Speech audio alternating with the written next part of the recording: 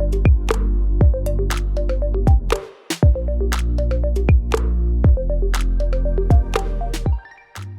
and welcome to our podcast on gross margin reporting. My name's Josh Comley. I'm Director of Data at ENSEK, and with me today I have Rich Hill. Hi Josh, I'm Rich. I'm the Head of Product for Data and Reporting at ENSEK. I introduced and established the discipline of gross margin reporting at ENSEK over 10 years ago, and I've been building products and teams around that capability ever since. Let's start with something concrete. Tell me about the commitment that ENSEK makes to their clients around gross margin reporting. The commitment is really focused around two operational necessities, mainly that of timeliness and of accuracy. So it's imperative at the month end that we get results calculated and published as soon as possible, but that's no good on its own if the numbers themselves aren't accurate. So what we aim for is to deliver the numbers on working day one to a very tight tolerance of accuracy, and also to do that at significant scale, which is a big challenge from an engineering perspective. So, yeah, that sounds quite demanding. What does that actually look like for ENSEK? What does it take to deliver to that timeliness and that level of accuracy? What it takes is really a precision engineered solution that is repeatable and is very highly controlled and structured so that we can monitor progress throughout the production of the data. And importantly, it's not just a one-off exercise that we run at each month end. We run each of these processes on a daily basis, and we monitor and evaluate the results from each model run so that we are able to tell well in advance of the month end if there are any problems or additional factors that we need to consider that might influence the outcome of the model run. So it takes a level of discipline, repetition, and monitoring and controlling to sit around all of this to ensure that we get the result right first time at the end of the month. So you've talked about controls, levels of accuracy, timeliness. To bring that to life a little bit, what are we actually talking? We're talking some pretty big numbers here in terms of scale. So typically we would model portfolios of millions of meters over the whole tenure of the portfolio on an energy orchestration platform, which could run to several years. We decompose that down to a daily level in the model, and therefore each model run will generate billions of lines of data as an output. So the sense of scale there is significant. And as I mentioned, accuracy is also key to this, particularly when we're looking at valuations of unbilled energy, which has been consumed but not yet invoiced to the customer. The key to getting that part of the calculation right is making sure you have a really tight representation of the billed value in the portfolio within the model. We can get that to a level of accuracy of hundreds of pounds on a turnover number of 20 plus billion pounds. So we're talking 99.59s or more level of accuracy in that reconciliation, and that gives us a real sense of confidence that our modelling will generate a trustworthy answer. On a portfolio of that size, that is an incredible result. Yeah, it's a testament to how well engineered the solutions that we're running are. It must have taken a lot of very careful data engineering to get ENSEK's solution to where it is today. I'm curious, before this rebuild and redesign, what the gross margin reporting looked like, and what we were dealing with operationally at that time. We've always had a methodology that we've embodied in the models that we produce. But you're absolutely right. We've spent a significant amount of the last couple of years re-platforming our entire capability onto modern scalable data architecture. And before that, while the methodology was sound, the execution was not scalable and was not very controlled, actually. So even basic things like source control weren't formally in place in the previous solution, meaning that we had branches of the code all over the place that were separate to each other in different implementations, which made it awkward, to say the least, to manage all of that. And also, we just didn't have the processing power on older relational database style technologies to actually work at the scale that a large energy supplier demands in our market. So that was the prime motivator for really moving and re-platforming our solution onto new data architecture. It sounds like it's been a real journey of maturation for the product. What are the key differences operationally that you notice today versus the original implementation of the gross margin reporting? I would say it's a lot around the amount of automation that is now in our modeling process, whereas before it was quite vulnerable to manual processes needing to be followed and maintained in preparation for every model run. So that might be manually importing data, for an example, as a reference point for the calculations. That was a challenge, and it meant we had single points of failure in the process that relied on individuals' knowledge rather than an automated solution. So it's definitely a different reality now, where we've got end-to-end automation from data ingestion through data processing, through data outputs and into visualization as well. And that is an end-to-end process that runs by itself now with full telemetry and monitoring around it, which is a step change from where we are and has taken away the dependence on manual processing that we had previously. I would say also that the level of control we have in the code base now is much improved. So we have a published repo with all of our code held in it. Any engineer can work on that and understand it, and it's common across all of our implementations. So that is also a step change in the capability. Is it fair to say that with that code control and with a level of automation, that brings a consistency to the product that may not have been there in the past, and with that confidence going into our month-end reporting that it's going to run the same every time in a reliable way? Absolutely that, yeah. So the repeatability is key, and what we've managed to engineer into this implementation, which we were never able to do previously, is what we would call a point-in-time ability of modeling, which means at any point in time, we can reconstruct what the full position looked like at any previous point. So for example, today I could run a month end from several months ago using only the data that was available to the model at that time, which is quite an incredible capability from an auditability perspective. So a support for an audit activity, we could always reconstruct from the ground up and from the data that was available at the time, a set of outputs that will match what we produced at the time. So that's a significant step forward in terms of our ability to model. I'm imagining that as well as being useful in an audit sense, this also gives us a lot of confidence about code changes and adaptations of the model going forward if we were able to run the new set of code on the same historical data that the old code ran on and produce the same output. Absolutely, it opens up new possibilities in terms of testing, which wasn't really very mature in our previous solution.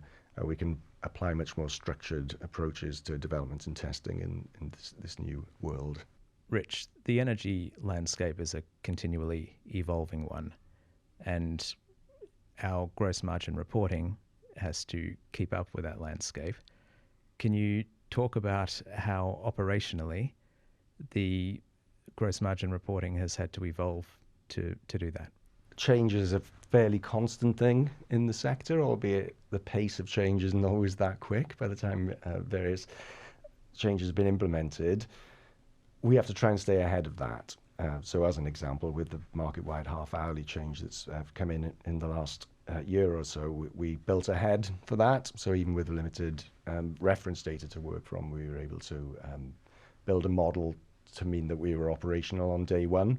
And the following month after the migrations started, we were able to straight away produce reporting on this new settlement basis. So anticipating change in the industry is important, trying to get ahead of that before it's too late, effectively, to be able to produce a set of numbers under a new approach. What changes do you see ahead for gross margin reporting? I think the big one for me is extending the gross margin capability and the use of that much deeper into the operational parts of the business. What I mean by that is typically finance reporting is a one-shot, do it at the month end. It's a bit of a scramble, a lot of people involved, trying to close the books, trying to get a set of numbers together, trying to explain what's going on. And then that's kind of the end of it until the following month, and there's another mad scramble. What I think would be hugely beneficial is if there was much more of a discipline of using the modeling outputs, which are very rich and detailed and can shine a light on all sorts of margin problems in the portfolio, using that as a basis for a continuous operational activity of margin assurance that runs day after day throughout the month, such that when you get to the following reporting period, you can quantify the impact of all of that activity, and you can understand the impact it's had on the financials. Therefore, you have a continuous process of margin assurance and not it's a mad scramble at each month then to try and understand what's happening from a margin perspective. So for me, the future looks like operations and finance much more closely tied together, working from common data sets and producing a shared set of outputs to inform the margin position. So what you're saying here is to move gross margin reporting from a backward-looking, primarily auditing purpose to an operational tool where we can actually surface insights as they're happening in time to react to those. Exactly that. Yeah, so it's such a rich data set that we produce in our models that it can be used for so much more than recognizing revenue or closing the books or auditing a set of numbers. It's a full forensic reconciliation of the portfolio at the most granular level, and that provides a wealth of information that operations can use to prioritize and value the work that they do, which is typically not how operations and finance teams are structured in energy retail suppliers. So operationally, we're talking about not just closing that feedback loop, but speeding up the feedback loop so that suppliers can be taking actions within the month on issues that they see within the portfolio. Absolutely that. So stage one really would be to provide some root cause classification of all of the problems that are surfaced in the margin model.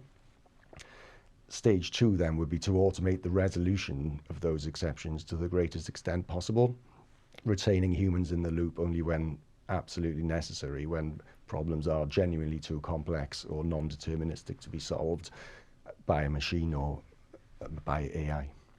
Rich, as we've moved from the legacy version of gross margin reporting through this rebuild to the capability that we have now, tell me a bit about what's changed operationally. The main things are that we've moved away from fragility into a reliable process.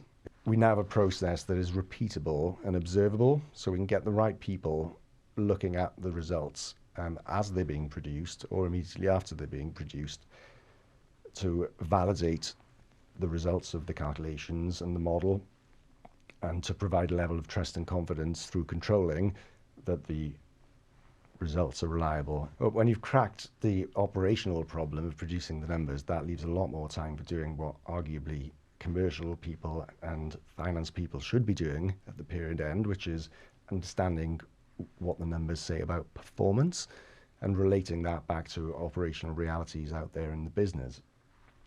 That allows a narrative to be constructed that's been given due consideration up front and in a timely way. Equally, commercial functions can take more informed decisions right away rather than having to wait till after the period end. Can be far more responsive. And finally, leadership can be confident in the numbers that they are seeing and the narrative that's being told around performance in a way that they wouldn't have been able to before. So what we're really talking about here is addressing an almost institutional level of uncertainty that arises when each month end is a scramble to produce reconciliations and draw data from disparate sources into a meaningful set of outputs and reports and narrative that goes along with it. Importantly, the operational foundations we're putting in place now paves the way for forward-looking commercial foresight, where we're talking about scenario modeling, gross margin forecasting, and casting the detail of the models that we've built today into the future to a better informed decision making. For a COO wanting to place operational trust in something as significant and critical as gross margin reporting, in plain terms, what's the case for ENSEK? We've proven that we can deliver this at scale over many years and across many implementations. We've iterated on the capability for the last 10 years at least, and we've adapted to every change in the market that's come our way. So it's a proven capability. It operates at scale, and we are delivering this month in, month out to an exacting set of accuracy and timeliness metrics, which, by the way, we didn't retrofit onto the solution.